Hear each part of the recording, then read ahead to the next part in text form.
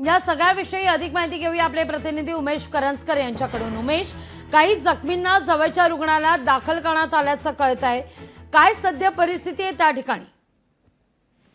लागवी अत्यंत दुर्दैवी अशी ही घटना सकाळी घडली। कारण आपल्या सगळ्यांनाच माहिती आहे पीक मध्ये मोठ्या प्रमाणात कर्जत खोपोली असेल या सगळ्या परिसरातून मोठ्या प्रमाणात मुंबईमध्ये जाण्यासाठी आपल्या कामावर आपल्या कार्यालयात जाण्यासाठी लोकलमध्ये प्रचंड गर्दी असते आणि त्यानंतर हा सगळा अपघात झाला।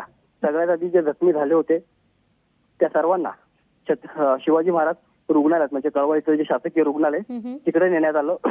तिथे त्यांच्यावर उपचार जे काही जखमी होते त्यांच्यावर करण्यात आले। मात्र इतर जे खासगी रुग्णालय तिथे देखील काहींना हलवण्यात आलं काही, कारण काहींची जी परिस्थिती ती अत्यंत क्रिटिकल आहे, त्यामुळे त्यांना तत्पर उपचाराची गरज होती। त्यामुळे काही रुग्ण होते त्यांना इतर ठिकाणी हलवण्यात आल्याची माहिती जी आहे ती मिळते। अत्यंत दुर्दैवी अशी घटना सगळीकडनंच हळहळ व्यक्त केली जाते। मात्र यासोबतच पुन्हा एकदा लोकल प्रवास करतात ते अत्यंत दयनीय परिस्थितीमध्ये प्रवास करत असल्याचं पुन्हा एकदा समोर आलं। त्यामुळे यावर लवकरात लवकर व्यवस्थित विचार करून यावर तोडगा काढणं गरजेचं आहे। कारण असे अपघात सातत्याने दिवा असेल, मुंब्रा असेल या सगळ्या भागामध्ये सातत्याने होताना पाहायला मिळतात। सातत्याने याच सगळ्या परिसरामध्ये प्रवासी पडताना आपल्याला पाहायला मिळतात। जवळपास जर आपण सगळा हा सरासरी काढली तर रोज 1 ते 2 असे अपघात या सगळ्या परिसरात घडतात। मात्र आज ही मोठी घटना घडल्यामुळे पुन्हा एकदा हे निदर्शनास आले आणि ज्यांच्यावर आता उपचार सुरू आहेत त्यांना व्यवस्थित आणि चांगले उपचार मिळावे त्यासाठी काही खासगी रुग्णालयामध्ये देखील डॉक्टरांनी प्रेफर केलं आणि तिकडे त्यांच्यावर आता सध्या उपचार सुरू आहेत। अगदी या सगळ्या संदर्भात आता चौकशीचे काही आदेश देण्यात आलेत का उमेश? याविषयी काही माहिती मिळतेय का?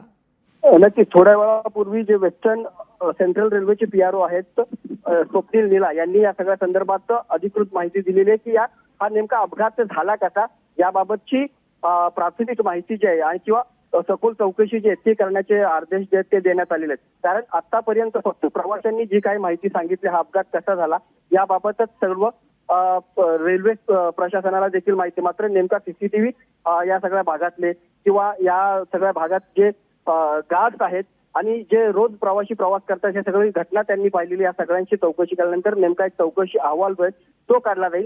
सध्याची परिस्थिती समजते की समोरून येणारी आणि कसाऱ्याला जाणारी अशा 2 लोकल ज्या आहेत त्या अगदी जवळजवळ आल्या। कारण हा जो सगळा परिसर आहे तो अगदी वळणाचा परिसर आहे। जवळपास दोन्ही लोकलमध्ये 1 ते 1.5 मीटरचं एवढंच अंतर असतं। मात्र दरवाजाला लटकत असलेल्या प्रवाशांमुळे हे अंतर अगदी कमी झालं आणि वळणाचा भाग असल्यामुळे ह्या दोन्ही लोकल जवळ आल्या आणि हे सगळे प्रवासी घासल्याने हा सगळा अपघात झाला सध्या ही माहिती मिळते। मात्र आता या सगळ्या बाबतीत रेल्वे प्रशासन चौकशी करते नेमका अपघात कसा झाला, काय झाला, बॅगा एकामेकाला त्या सगळे प्रवासी घेतात त्यांच्या त्या धडकल्या का, हा सगळा अहवाल जो आहे एका दिवसाच्या आत सादर केला जाईल अशा प्रकारची माहिती मिळते। मात्र याबाबतची चौकशी सुरू आहे।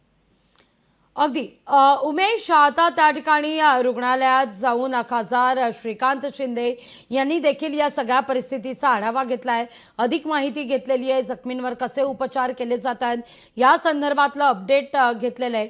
या सगळ्याविषयी काही माहिती मिळते का? तिथं नातेवाईक दाखल होत असतील, काय कशी यंत्रणा सज्ज ठेवण्यात आलेली आहे, काय अपडेट आहे? थोड्या वेळापूर्वीच खासदार श्रीकांत शिंदे हे हॉस्पिटलमध्ये पोहोचलेले आणि जे मृत आहेत किंवा त्या रुग्णांचे नातेवाईक या सगळ्या संदर्भातल्या चौकशी जी आहे ती एकनाथ श्रीकांत शिंदे यांच्याकडून करण्यात आलेली आहे। एकूणच जर पाहिलं तर सध्या जी परिस्थिती पाहिली तर अजूनही काही 1 ते 2 प्रवासी ज्यांची ओळख पटलेली नाहीये, जे मृत पावलेले आहेत त्या सर्व प्रवाशांच्या नातेवाईकांना शोधण्याचं काम सुरू आहे। श्रीकांत शिंदेनी देखील या सगळ्या संदर्भात हॉस्पिटल प्रशासन असेल किंवा मग रेल्वे प्रशासन असेल या दोघांकडनं माहिती घेतलेली आहे। जवळपास सर्वांची ओळख पटलेली, मात्र 1 ते 2 जे जखमी किंवा मृत असे। उमेश, माफ करा काही सेकंद तुम्हाला मी थांबवते।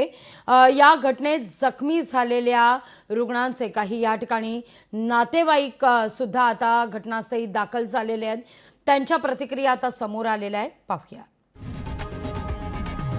लोकशाही मराठी ऐका, पहा, जागरूक रहा।